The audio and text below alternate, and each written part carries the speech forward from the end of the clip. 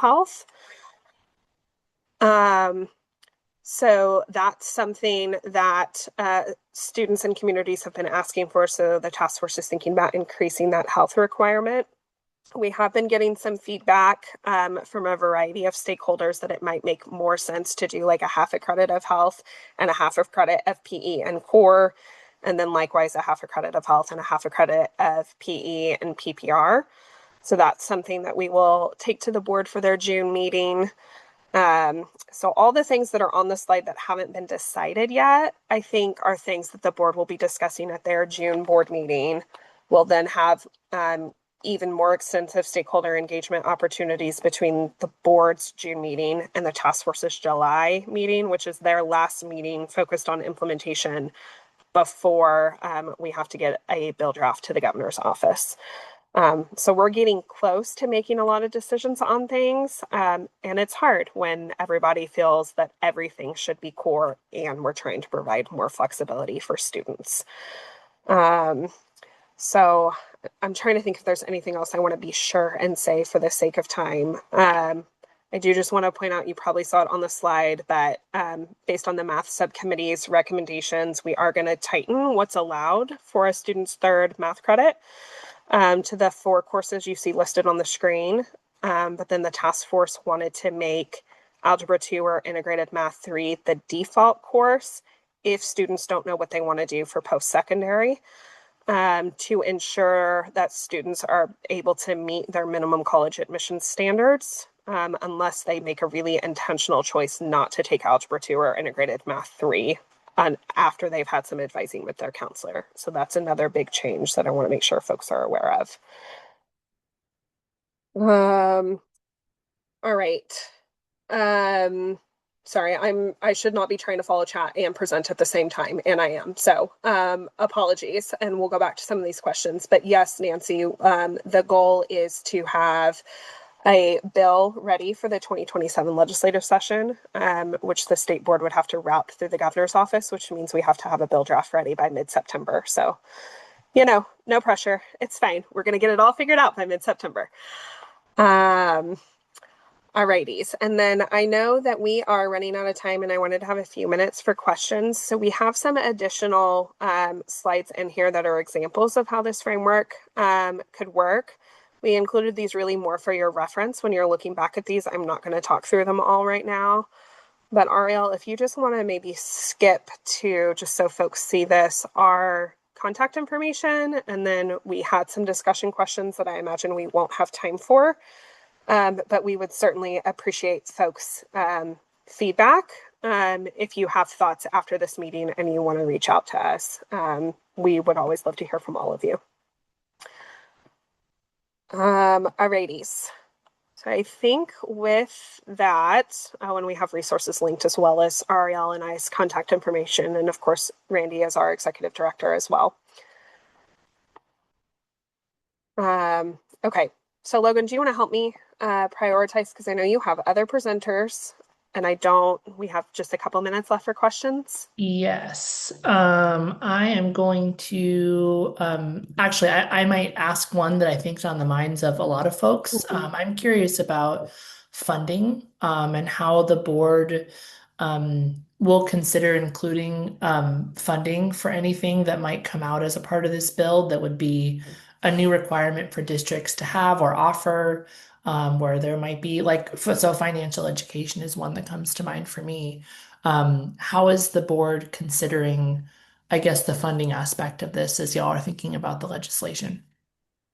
Yeah, so for graduation requirements, anything that would be determined, because OSPI does fiscal impact statements. So anything that is determined by OSPI to have a fiscal impact would not take effect until it's funded. That's my easiest, shortest answer. Okay.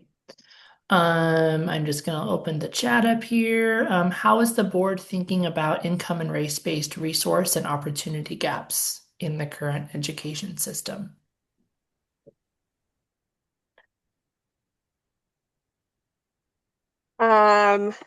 Dave, I'm going to try to answer you. Feel free to put more in chat if I'm not speaking to exactly what you had in mind with that question. But I think some of the things that we're thinking about, we've heard from a lot of, as you can imagine, like some of the subcommittees trying to think about what can small rural districts offer versus, of course, what can, Seattle or Spokane, public schools offer. So trying to think about what requirements make sense for every district in the state versus moving some, like I know a lot of small and rural districts sometimes struggle to find CTE certificated educators to teach a CTE class.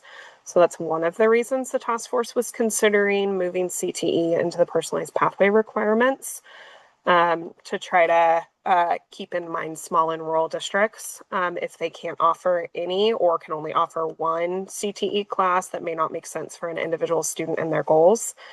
So I think that's one thing. If you're talking more generally outside of graduation requirements, Dave, I don't know, I might need some help with that sort of general question if you want to put some more comments in chat or reach out to us. Great. I see one more and it's kind of long, but I think in general, the question's from Lisa Guthrie about if you can speak a little bit more about changing the 2-for-1 policy for CTE course equivalencies. I think in general, the concern is that the arts community feels that this is proposing changes to de-emphasize the arts. Is there any thoughts you can share on that? Yeah, I'm sorry. I did sort of skip over the 2-for-1 policy because I know it's nuancy and I knew we had limited time. But since you asked, Lisa, under current law, if for CTE course equivalencies that are approved at either the local district or at the state level by OSPI to be a CTE course that also meets academic standards, then a student could earn, for instance, like if you have like a CTE agriculture course, maybe a student is checking off their CTE graduation requirement at the same time that they're checking off a science requirement, but they're only earning one credit. The task force would like to change that so that if a student is demonstrating proficiency over the standards of both within the CTE framework and the academic course like science, that students are actually earning both of those credits. So it would help students have, again, a little bit more room in their schedule, if that's helpful for students. Um, as far as your comment about the arts community, yes, as you can imagine, we've been getting lots of stakeholder feedback from the arts community. And while I don't think anyone on the task force would say that the arts are not important. But again, trying to be responsive to community feedback that students want more flexibility over their schedules, where we would strongly recommend that every student take an arts course if for a particular student that did not make sense, or if for some students, like some student groups really struggle under the current requirements, especially if they're in a 6-period day, if they're a multilingual student who is having to take English development courses, or a student with a disability who has to be in a lot of IEP support classes, they have no room for choice under the current requirements in a 6-period day, oftentimes. So trying to figure out how do we prioritize a lot of courses as being important and still provide flexibility for individual students when needed. Great. Okay, well, it is 12:41. I think we're going to move on.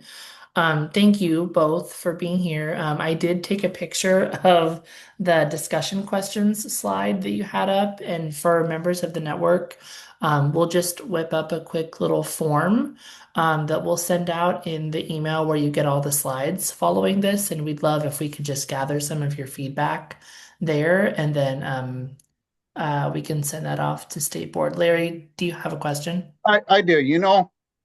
All these requirements it's going to put a burden on me. I'm a poor school district, and I don't know how we're going to be able to do this because if they don't fund it, where do I get the money for it? I'm losing money both on the state side and federal side. These requirements are just ridiculous. I think I really do. It's just going to put a bind in my finances as a school district. We're already at the low end of the money situation. I, I don't know. I just don't see how we're going to be able to do this. I really don't. Is it true, Alyssa, did I hear you say that anything that is deemed to have a new cost, like the requirements wouldn't go into place until the state funds it. Did I hear you? Did I interpret that answer right when that was asked earlier? I want to caveat that with OSPI is the one who does the fiscal impact statement. So if OSPI deems that any part of the new requirements have a cost, then yes, by law, they would not go into effect until the legislature funds it. Um, I and Larry, I don't want to take up more time necessarily because I know you have other presenters, but Larry, I would be curious if you want to follow up with me offline, which piece in particular you're concerned about, because the only new course in the framework would be the financial education course. All of the other courses are currently required to be offered. Great. Okay, thank you. If y'all could drop your email addresses in the chat for folks, I think that'd be helpful. Um, you all feel free to reach out to State Board, should you have any questions, and then I will also circulate those discussion questions with you all. And for our State Board friends, we'll try to get everyone's responses through that form, and then we'll send them to you in that way. Give us a week or so to get some feedback. Thanks for being here. If you want to stay, you're more than welcome. If you need to head out to another space, that's just fine. Thank Thank you. you. Okay, I'm gonna pass it now to Monique and Justine from ESD 112. This is the first time that we've brought some skill building into the Advocacy Action Network. That was something that you all have been talking about and asking for. And so sort of coming off of the regional meeting cycle where we've been talking a lot about community engagement, legislative relationships. Monique was the first person on my mind to say, hey, how can we tap into some of the great communication skill building that you do? So introduce yourselves and take it away.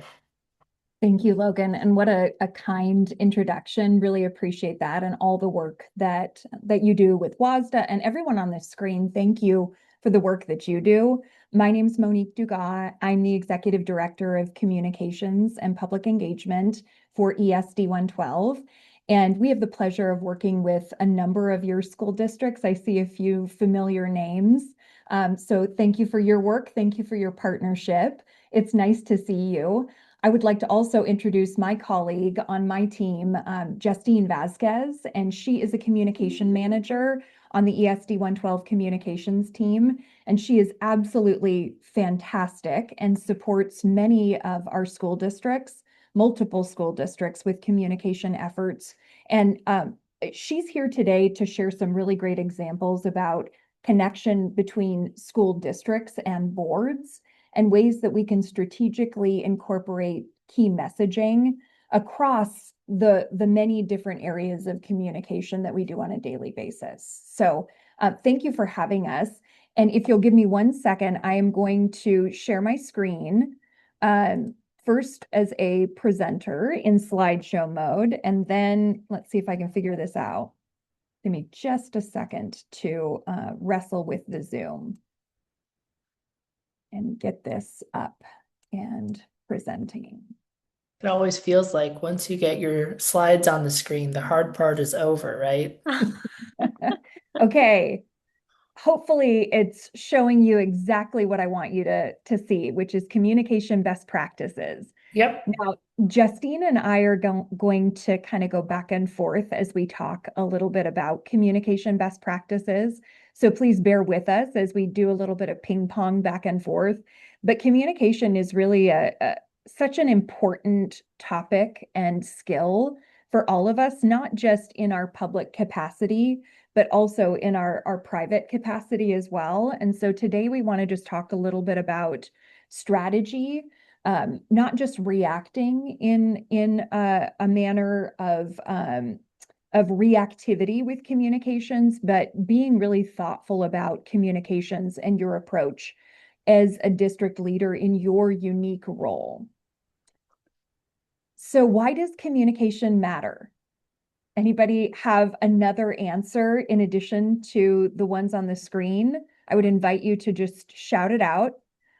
This is one opportunity that you get to yell into the Zoom screen if you'd like to.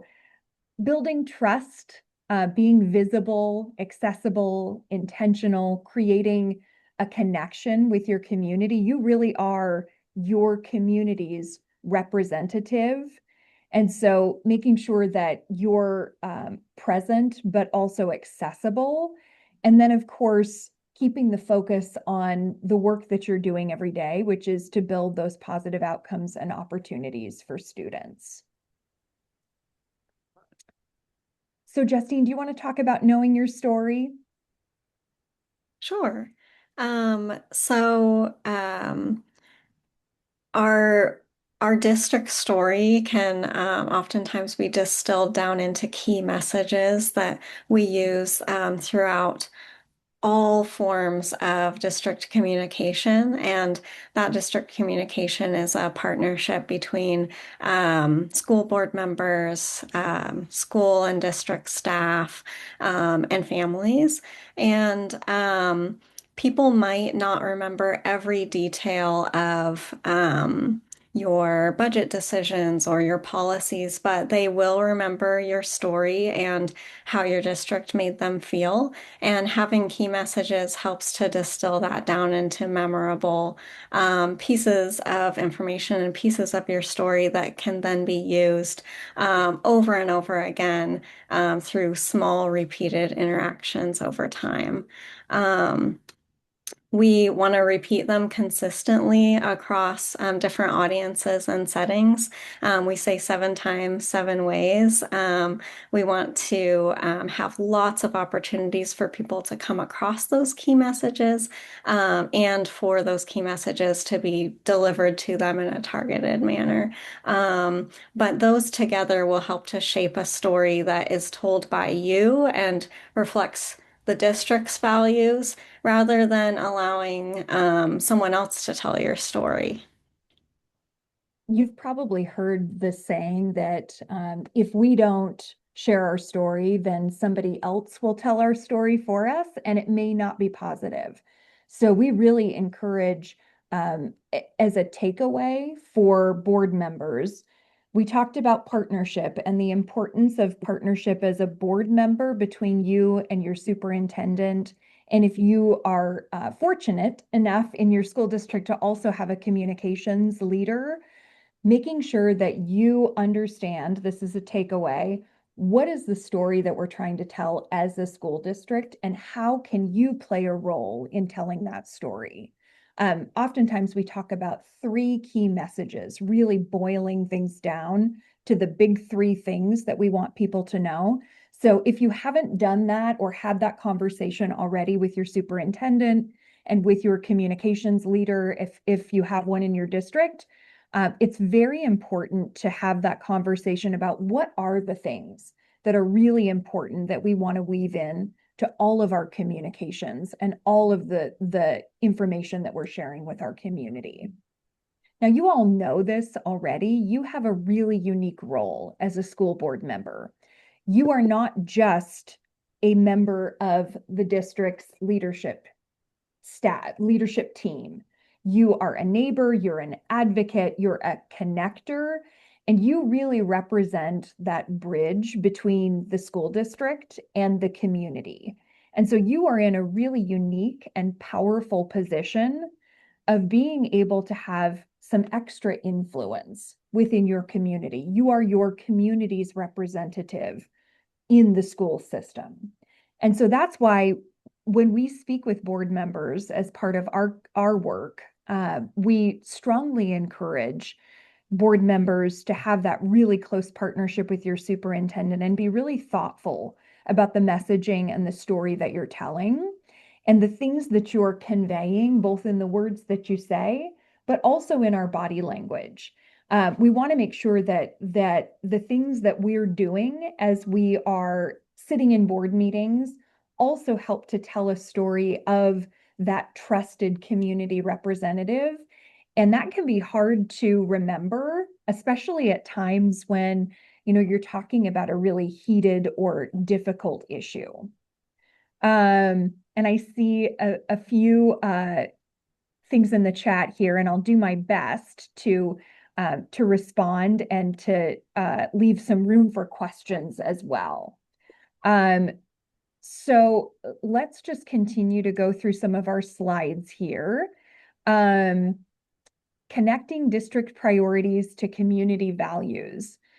So in your role as a board member, you are uniquely positioned to help to bridge that gap or connect district goals, the strategic plan of the district, and your role as a board member.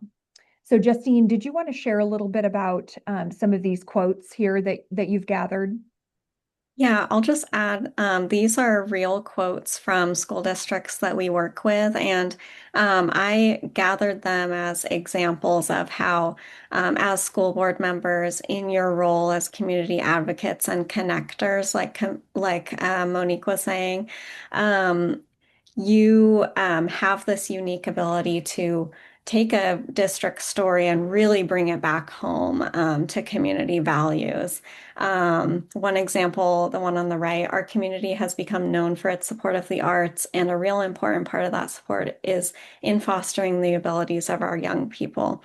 That was in a quote in a press release, and just an example of how the school board voice can be used to connect an art event that's happening in the district with the community values and bring that back home to why does this matter? And you as board members, I would argue that your voice carries a really important and extra weight as that community representative. And so talking with your superintendent and comms leader about how and when it might be appropriate to include some board leadership quotes in stories that are being put out by the district or in news releases or as part of an interview with a local media outlet. There are very appropriate and important times for you to weigh in. So having a plan as to when that makes sense. And typically it's around some of these bigger issues and bigger goals and the values that the district wants to represent in the community and their ties to the strategic plan. I do want to try and answer a few of the comments or questions in the chat. So I'm going to go a little bit off script here. And Beverly asked, is it helpful to have a social media presence? Maybe better to not put our story out there if the message has not been vetted. And so I'll answer this in two parts. And Justine, I would invite you to weigh in as well with your social media expertise. I think social media is where our community is at in a lot of cases. So we want to be part of that conversation, but we want to be really thoughtful about how we are part of that conversation. We work with a lot of schools and school districts where social media is really reserved for things that are more positive stories, and not some of the more announcement-based or perhaps negative information or information that could be perceived negatively. We all know social media can take on a bit of a life of its own. And so this is really important. And that is an important place for us to make sure that we are connecting back to our strategic plan, our values, our key messaging, as we were mentioning, and allowing that to be the driver of stories on our social media rather than perhaps negative or other challenging commentary. So yeah, the answer is yes. I think there is a lot of benefit to having a social media presence, but go into it with a strategy and go into it with some idea of if a negative comment comes up, how are we as a district going to handle it? And what is the board's role in that? And we can elaborate on that if others have additional questions. The second piece of that around vetting is very important, and I want to make sure that we touch on that. You may have heard a Warren Buffett quote that it takes 20 years to build a reputation and 10 seconds to ruin it, and or something along those lines. Maybe I'm not quoting that exactly, but you've probably heard that quote before, and it's absolutely true. We work very hard to build up our school district's reputation and the work that we're doing, and focus our actions on the student-centered elements of our work and student outcomes. And just sometimes an offhanded comment or an offhanded issue that comes up can really derail us from that focus. And so I want to emphasize the importance of making sure that you have a plan in partnership with your school board, in partnership, in partnership with your superintendent, in partnership with your communications professional, about the messages that you as a board member will be sharing and reiterating on social media. And they line up very much, or in my opinion, should line up very closely with those key messages and the elements of the strategic plan. And you're really focused on those big picture messages, not getting into the nitty-gritty details, and that you have a plan if someone does ask you a question about those nitty-gritty details, and that you have a plan to be able to refer that back to the appropriate channels to allow for a response from the district. Justine, would you add anything additional? I would just say that in general, social media is for celebrating and recognizing students, those types of things. And I wouldn't put any big announcements or decision making on social media. I would keep, if you're going to have a social media presence, I would keep it light, celebratory, and none of that back and forth in the comments that tends to get derailed. I have a couple of examples on the screen right here of school district social media posts that connect school board members with district goals and values. They have school board quotes. These are a couple of school board members that are participating in student programs that can be helpful to drive home the district goals and values, and also increase visibility and trust while we're on the topic of social media. Yes, that was a perfect segue. And I just want to share a couple of other notes about these examples. And if you're a board member looking to support the activities of your school district, a post like this would be an excellent opportunity for you to take this and reshare it, or comment on the district's post about how proud you are of the students, in this performance, or something along those lines. That would be a perfect example of an opportunity to celebrate students and really tell a story about the amazing things that are happening in schools. And I'll also just chime in about one other kind of element. If you've worked with us to support communications around levy or bond, this is also another great opportunity to remind your community, if a levy funded activity is pictured, about the importance of levy funds, not right in the lead up to the election, but at other intervals throughout the year as part of your year-round storytelling. So I would encourage you, I'm sure you all have done this, but to go to Facebook and make sure that you've liked and followed your district's pages.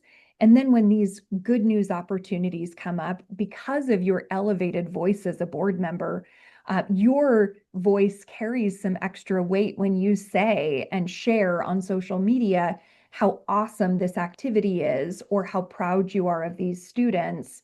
And that can sometimes lead to coverage from your local media. Sometimes that can lead to other sharing and really getting the message out as far and wide as you possibly can. And I see a question from Dave about, why should you not put district announcements on social media? Now, I would say that this really depends on your district's approach and what you have traditionally done as a school district. In some communities, Facebook is kind of like the newspaper or the online platform. And so there are times when you may want to share an announcement on social media. But I'll just share, I work with a lot of school districts on crisis issues. And I will tell you that when there is a crisis or there's something that has happened that is negative or detrimental to the school district's reputation, that can be really a challenging thing to put on social media. So that type of announcement would not necessarily be appropriate for social media because it could lead to some other commentary. And really, as we all know, a long string of dialogue on an issue that maybe we can't resolve over social media and would probably not be the place where we want to have a two-way dialogue if people have questions. So again, kind of focusing back on the celebration and the importance of the celebration on social media. And then thinking about before you post something on social media, if you do use Facebook, for example, to share district announcements, thinking about kind of the best case scenario and the worst case scenario as a response to what could happen if you post that information online. But having a really thoughtful discussion with your superintendent before posting. I always say think before we post, because once information is out there, it's out there. And so we want to be just really thoughtful about our approach when we're putting something on social media. So Dave, I hope that answered your question. There are certain things that are more appropriate, in my opinion, as a communicator that belong on social media. And as Justine said, it's really about celebrations and an opportunity to celebrate rather than the day-to-day business that might be better delivered in an email or in a stand-up meeting or in a community message that goes out via a different channel. Not saying don't do it, it's just different for every school district and based should be a customized approach based on your normal practices as a district. So these questions are perfect transitions into the next part of the presentation. Where can I share my district's key messaging? So I want you to think about some of the opportunities that you have. You kind of have a platform as a school board member. So in your regular school board meetings, there are often times where a superintendent might be giving a report, and there may be times when you as a board member can provide some commentary on things. We would encourage, as you're thinking about celebrating the district, to really embrace those opportunities. Also, I'm sure many of you are going to community events with your school board of directors hat on.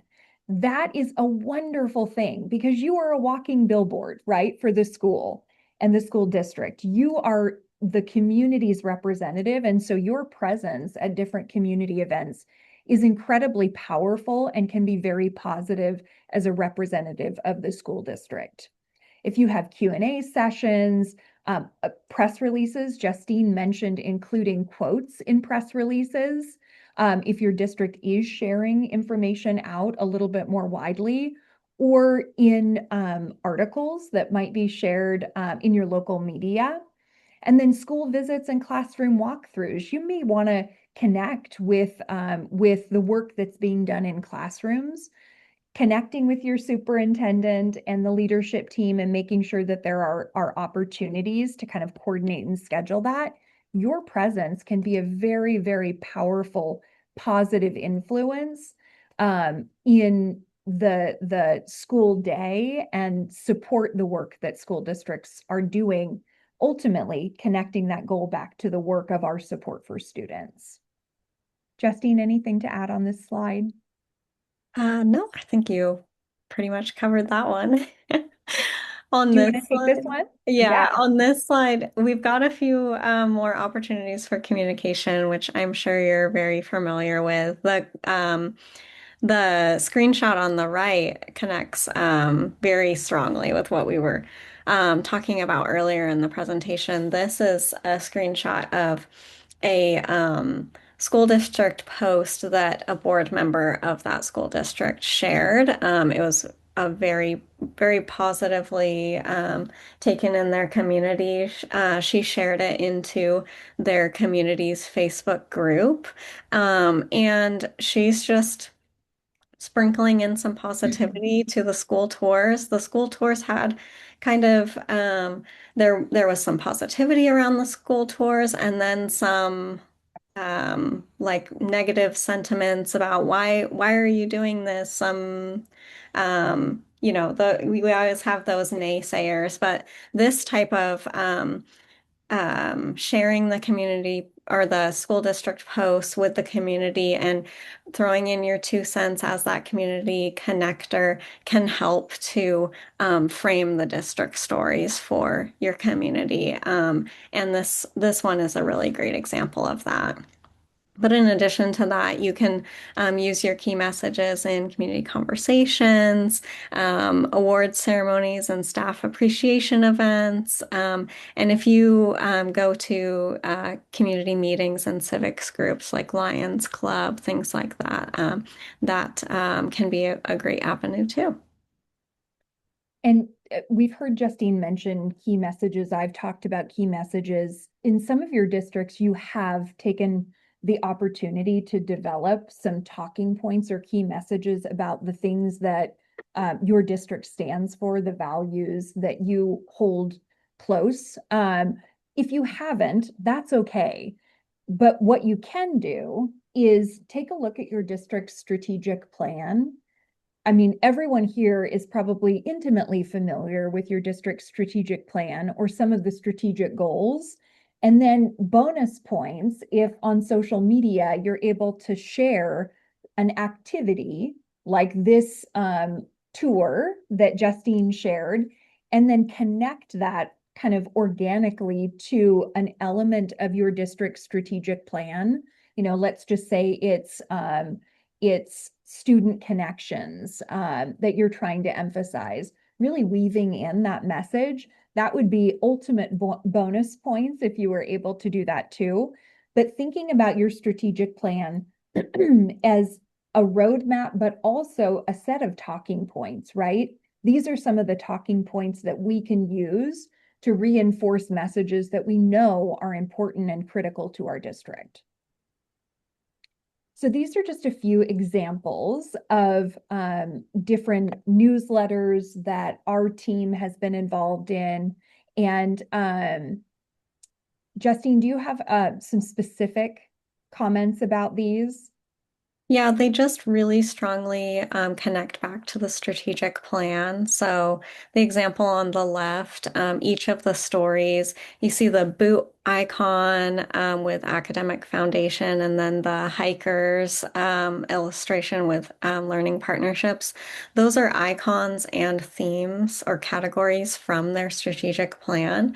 When we were pulling newsletter stories, we thought, which stories strongly connect back to the strategic plan and show progress in those areas, and then we're visually linking them back to the strategic plan with those icons. And we're doing the same thing in every interaction that we just listed, linking our stories back to the strategic plan. And I'm seeing a couple of questions in the chat that I just want to address. And this group is just on point. You are just tying perfectly and beautifully into our presentation. So I got a direct message asking about as a board member, do you need to have a social media account? And I'm just going to share that because I think it's worth bringing up. The answer is no, not necessarily. You don't necessarily need to have a social media presence. But it could be beneficial if you want to help to elevate or emphasize some of the district's happenings and key messages because you are in that unique kind of amplified role. So you are, by your role, able to share information kind of with a megaphone, so to speak, because people are paying attention to the work that you're doing as an elected leader. So, no, you don't absolutely have to have a social media account, but it might be a good idea. And then I'd be really thoughtful about when you use that social media account and being clear about focusing on values related or strategic plan related or key messaging related posts and celebrating students. And I also see, do most board members avoid political gatherings? Our district is pretty divided. We work with a lot of school districts where communities are very purple. So there's some division politically. And so I don't necessarily have a recommendation regarding political groups, but I think it's important to remember that everything you are doing as an individual in your community, because you are in that elevated role as a school board member, it has the potential to be looked at through that school district lens. And it has the potential for your activities as a private citizen to be interpreted as activities on behalf of the school district. And so what we advise our school board leaders and the school districts that we work with is that you are public facing. You are, whether you like it or not, a spokesperson for your district. And so everything that you do, please keep that in mind, that it is a direct connection, whether you intend it to be or not, back to the students and the schools that you represent. And so thinking of things through that lens can be a helpful reminder just about the importance of the role that you play. So I want to talk about complex and difficult conversations, because I can imagine as a school board member, you might be approached with some complex issues and some difficult conversations. And as I mentioned, we support a lot of leaders with crisis communication. And so these are some of the tips that we would often give. So first things first, regulate yourself. Breathe. Oftentimes it sounds silly and simple, but we often forget to take a deep breath before responding. And it's most important that we ourselves are regulated before we're responding to anyone else. You can acknowledge concerns without conceding. So I'll give you an example of that. You can lean into I statements. Statements like, I understand, I hear you, I want to know more about that. You're not agreeing necessarily with an issue that's being brought forward, but those statements can be really helpful in gaining the understanding of understanding. Most people, when they bring forward a question or concern, they want to be primarily understood. And so if we can use some of those statements to help to position ourselves as understanding, then it can really diffuse some of the volatility of a conversation. As elected leaders, we might have difficult conversations that are brought our way, or accusations or frustrations expressed at us. But knowing your clear and respectful boundaries and having some talking points to be able to respond in the moment can be really, really helpful. And an example of this would be, I really would like to hear more about this issue, but in order to do that, we're going to need to lower our voice.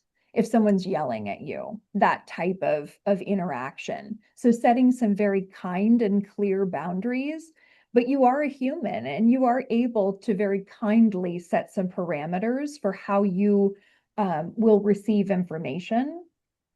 You're not going to be able to solve problems in the moment, but what you can do is you can gather more information and you can follow up. And oftentimes that can be a helpful thing if you're in a community conversation and someone wants answers in the moment, it is absolutely okay to say, I don't know the answer, but I will look into it and I will figure it out, and then commit to following up.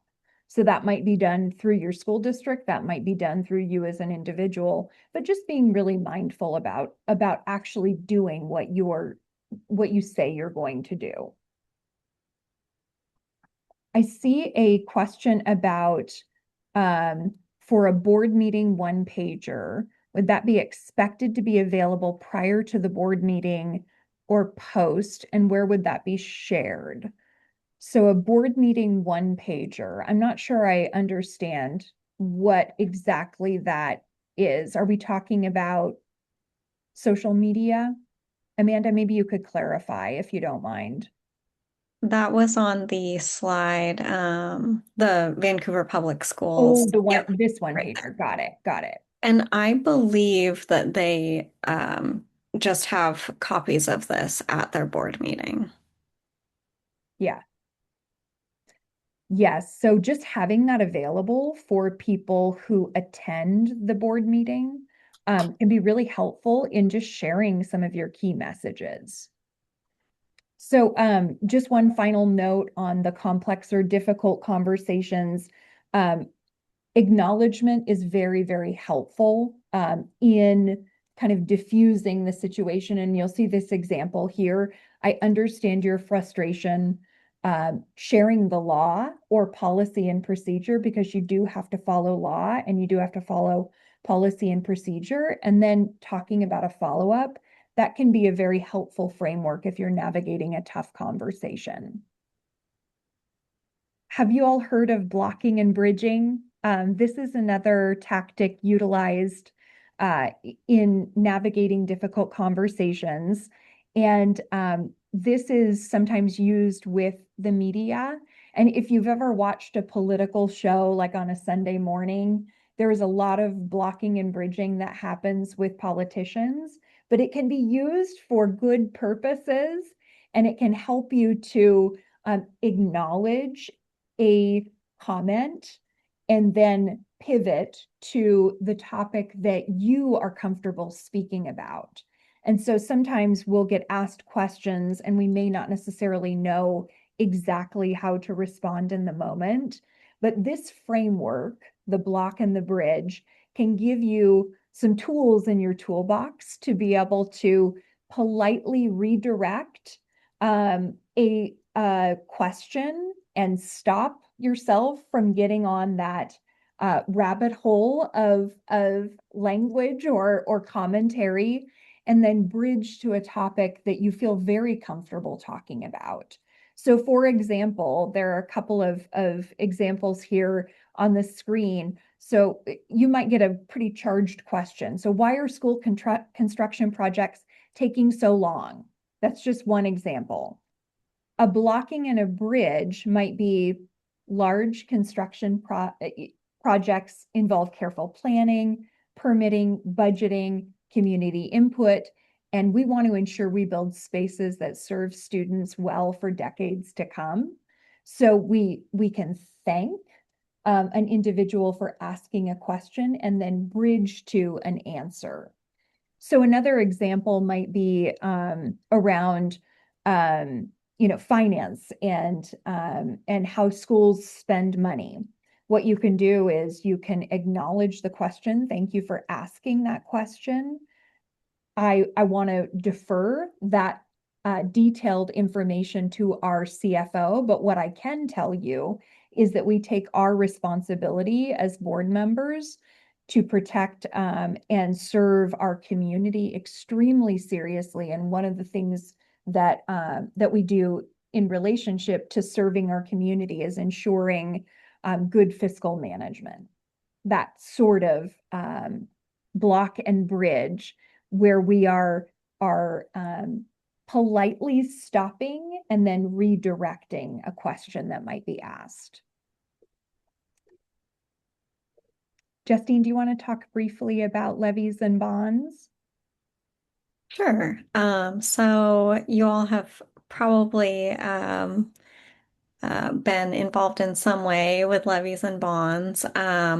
But during an election season, a school election season, we have a duty to share information about the election measure in a non-biased and non-emotional way, so that community members can make an informed decision about the election measure. There is something called the Public Disclosure Commission, or PDC, that publishes guidelines that school board members have to adhere to in their official capacity. And so in your official capacity, there are things that are permitted and not permitted. You can engage in political activities on your own time. So on your own time as a personal individual, you can say vote yes or vote no on a measure. But the PDC guidelines include clarifying that you're speaking as an individual, and not using district resources to deliver that message, or on district grounds as part of a district event. You can't, in your official capacity, direct staff to perform tasks that support or oppose a ballot measure, or use public equipment, and that includes laptops, vehicles, facilities for political activities. But what you can do is you can share information about why levy and bond measures are important, and how they support student programs and services. And so this is a great example of an opportunity to sort of lend your amplified voice to information sharing. But we need to be really mindful of Public Disclosure Commission and how we can't influence the outcome of an election. And Bev asked, can we share why we will be voting for the levy? So as a individual in your personal capacity, you are able to share information about your personal vote.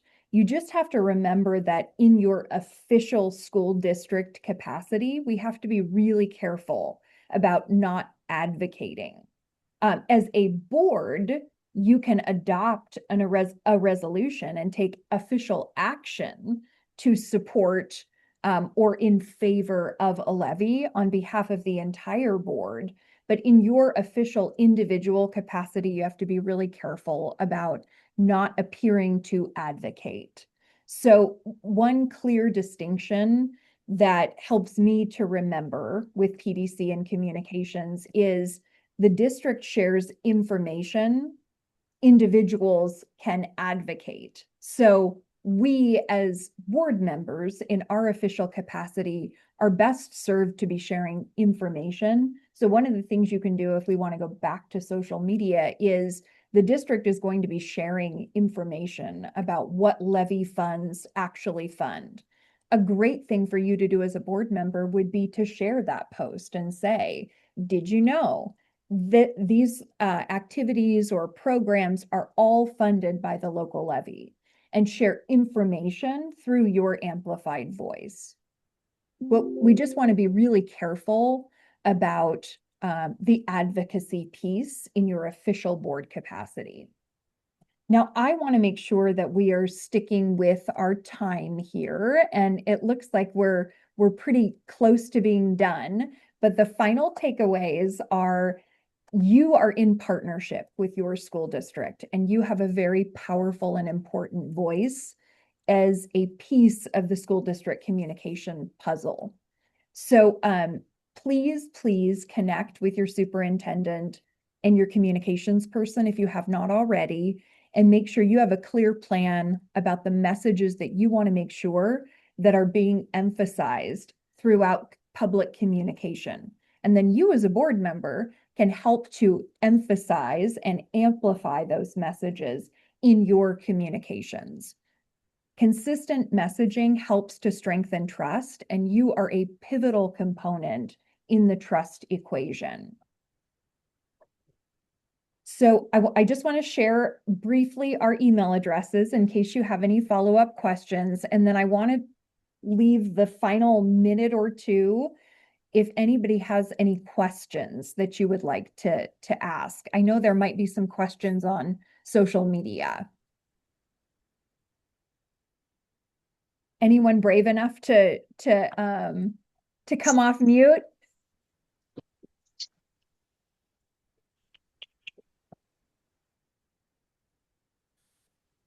Maybe we just covered everything and you don't have any follow-up questions. If you do, please feel free to reach out to us. We're happy to help to navigate kind of unique circumstances. Logan, is there anything that that I missed that you'd like us to touch on? I think you all did so great. I see Larry has a question. Larry, you're the brave soul this afternoon. Yes, this is well presented. I like this. This is what new board members need to know. What you folks just said. You know, I've been doing this a long time, and you know, and it's good to get a refresher because it's well done. Thank you. Thank you very much, Larry. Thank you for that comment, Larry. And I have to give credit to Justine. She put this presentation together, so she did an amazing job. And I think hit on some really important points for school board members. Now, Yes. this is not going to be the end all be all. You're still going to have things that come up, but being able to focus back on the district's key priorities, the strategic plan and key messaging can help you in a lot of situations. Yes. Thank you. Great. Any other brave souls?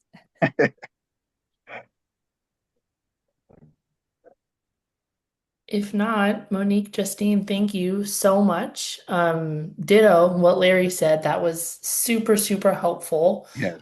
We appreciate you being here. Thank you for having us. We really appreciate the opportunity to connect, and thank you for the work that all of you are doing. It's a very important role.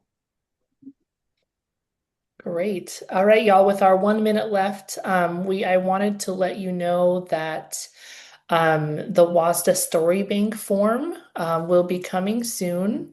For those of you that are new to this gathering, one of the recommendations that you all gave to Cynthia and I don't know, at some point during the legislative session, was to create essentially a story bank form that we can use to help gather sort of data, talking points, on the ground perspective from you all in your districts that we can then chew on and be able to give you more informed and stronger talking points and resources that you can use to engage with legislators and your community members. Glad to say that that form is almost ready for you all to have. We'll be sending that link out shortly, likely through the WASDA member update. You all will get it directly from us as well. We hope you'll use it. And we'll talk a little bit about it and walk through that form together when we're together next month. And then, Nancy, great question. That was my next talking point before we wrap. Our next meeting is June 23rd from 12 to 1, so it's just 1 hour next month. And we'll be talking specifically about cell phones in schools.